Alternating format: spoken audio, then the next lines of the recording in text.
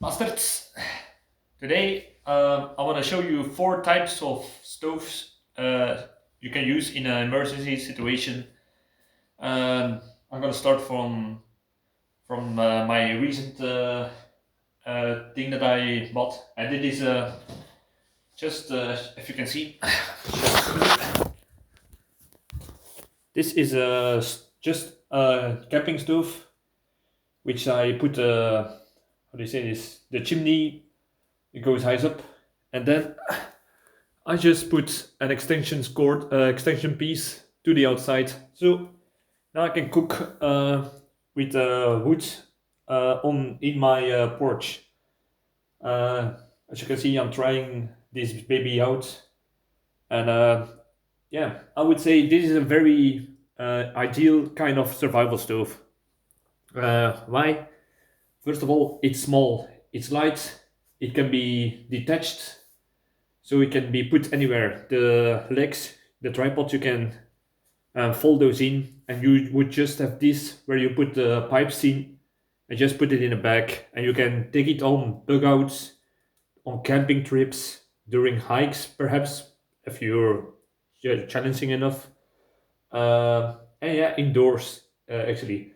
The beauty of this thing is I can lower the legs and I can replace it with my regular pellets stove. So, in the case of emergency, I need to warm my house and I don't have pellets anymore. I can just attach this to the chimney inside of my house. So, that's a good thing about it. Second thing is when you live on an apartment, you can put it in your balcony. When when you really have to stay indoors, you can perhaps when you have one of those windows that are on in an angle, open the window and you can put this set this up inside if you take the safety precautions, of course.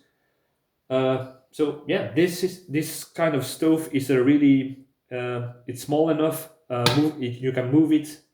You can take any kind of firewood you put in. Like you can see, you just need the next to chop up some wood that you got from from people who threw it away. So there's no harming that.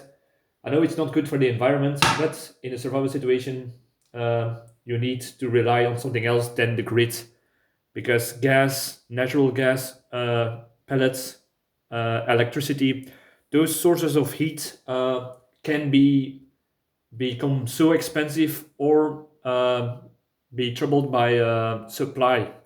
So it's always handy to have an alternative thing like this at home. Second thing I like about this is put this actually a bit away.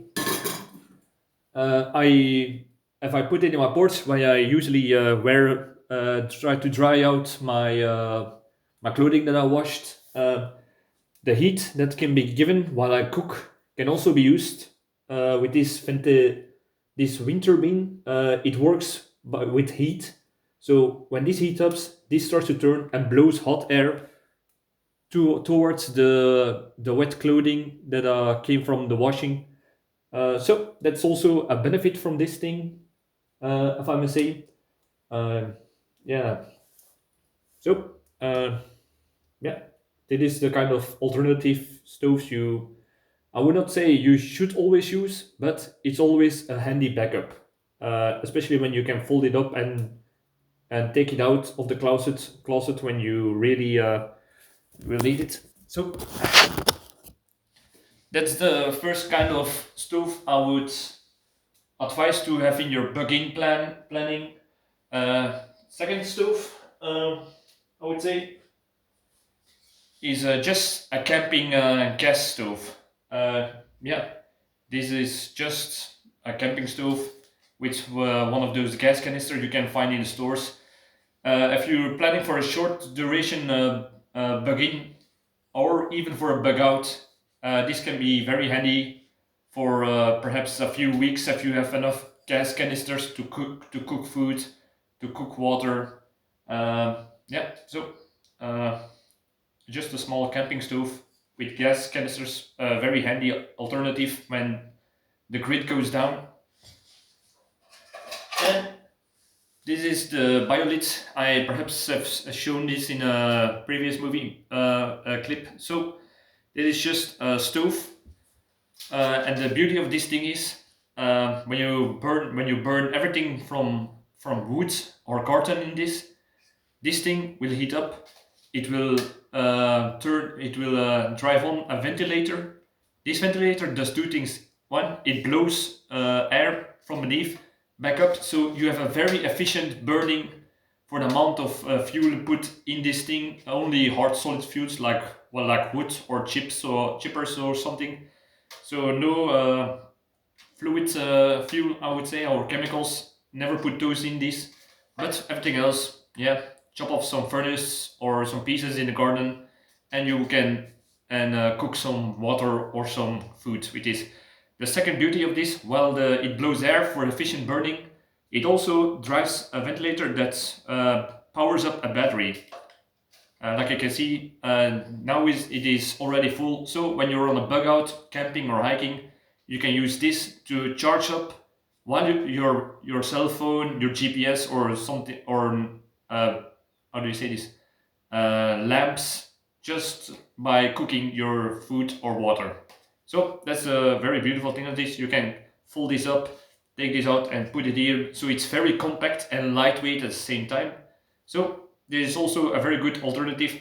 Although you can use it in a bug in, but I would suggest this more for bug outs. Second thing is, it perhaps makes some noise, but after a few minutes of burning when it gets to temperature, because of the oxygen that gets blown in from the beneath, it will not give a lot of smoke. After in the first minutes, yes it does, but after a few minutes the smoke will be it will burn so efficient that there will be less smoke. So that's handy for when you don't want to get seen. So the Biolite, very handy stove for bug outs especially. And as last, this for your EDC or when you're on a bug out, or even when bug in and you have a few of these, you can cook a certain amount of dinners. It is one of those German army emergency cookers, as you can see. It's just basic something, and you can refuel it. You take the top off. You can see there's a burning paste in this. Then you take this piece, put it on the edge, and now you can put a mug, a pot or something on this and burn it with the matches that were beneath it. So yeah, very handy camping, easy, even for bugging. So and a good thing about this is you can refuel this with a burning paste yourself or some other type of chemical fuel. So you can reuse this. It's not to throw away, but it can be used because when you're on a bug out and you're cooking and you need to run from danger, it's no harm when you leave this instead of something like a Biolite, which will be more expensive to just throw away. So this is just a good type of emergency cooker. So yeah. These are the types of 4 types of emergency stoves I would suggest in a bug-in and bug-out situation. Yeah, this is just a short video about that. I hope it gave you some ideas, you learned something. Leave a like or something, subscribe, all that good stuff. See you in the next video. Thank you for watching.